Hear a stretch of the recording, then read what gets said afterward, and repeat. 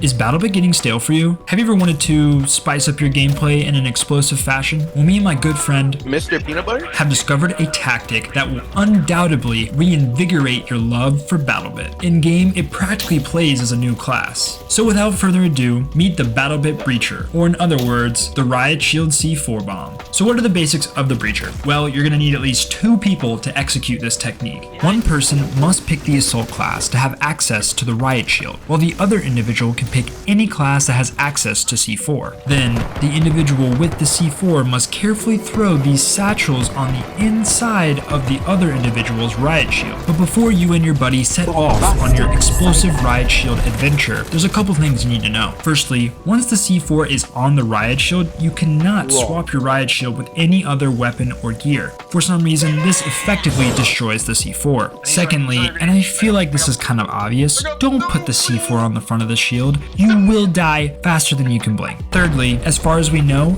no other equipment will stick to the Riot Shield. This includes claymores and anti-personnel mines. Finally, make sure you and your buddy are in constant communication with each other. Things happen quite fast out there in the battlefield, so you and your buddy need to be ready to detonate yourself at any time. Now, let me and Mr. Peanut Butter show you what the Battlebit Breacher can do. Now, the first aspect I want to touch on is the very thing that gave this technique its name, and that is its breaching capabilities. Your games will pretty much turn into Rainbow Six Siege matches with how easy it is to walk up to any wall, blast through, and clear out a room of enemies. I mean, I think the only way to replicate this without taking any damage is to smash through walls with vehicles. And that's just too cumbersome / resource intensive to replicate over and over again, unlike this breacher technique. The next most valuable asset of this technique is its ability to give you and your teammates the upper hand in close combat stalemate fights. With the Breacher, you can now push the line forward with your Riot Shield while protecting your teammates and offering an explosive option at the end of the push. And I promise you, none of your enemies are expecting you to be as explosive as you are. They're probably going to perceive you as a distraction and turn back towards the people behind you. And this situation will give you the perfect opportunity to turn the tides in the stalemate fight, allowing your teammates to push after you've blown everyone away at the front of the line.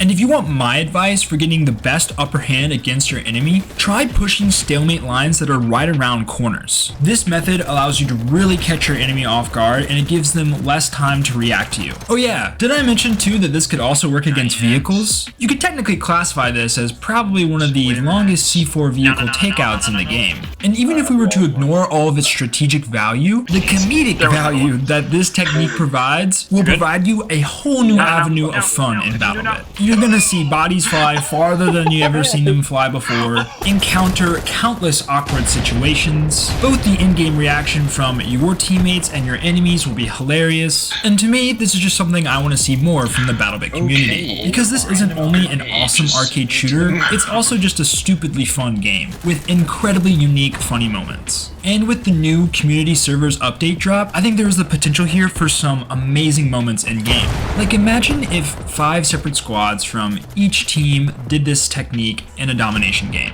That match would be rife with comical explosions everywhere. Or imagine if like 5 different squads put all of their C4 onto one player's Riot Shield. That would practically be Battlebit's moon launch program. They would probably hit the ceiling of the map instantaneously. It is my belief that these type of quirky moments in game will help new and old players generate a unique love for Battlebit. For while there are plenty of competitive arcade shooters, there's not many games that can provide that goofy and exciting proximity chat experience. Anyways, let me jump back to the Breacher. Before I end this video, I do want to provide kind of the downsides to this method. In some of these close quarter matches, explosives are just going to be a constant problem. While the Riot Shield does a decent job of blocking most damage, if you get anywhere near an explosive with all that C4 on you, you are going straight to Mars. And while the trophy system provides some protection against grenades, there is nothing stopping an RPG or C4 from hitting you. Another problem is while the Riot Shield does a decent job of covering most of your body, most of the times you still have some body parts that are exposed. And since you're pretty much moving as fast as a snail,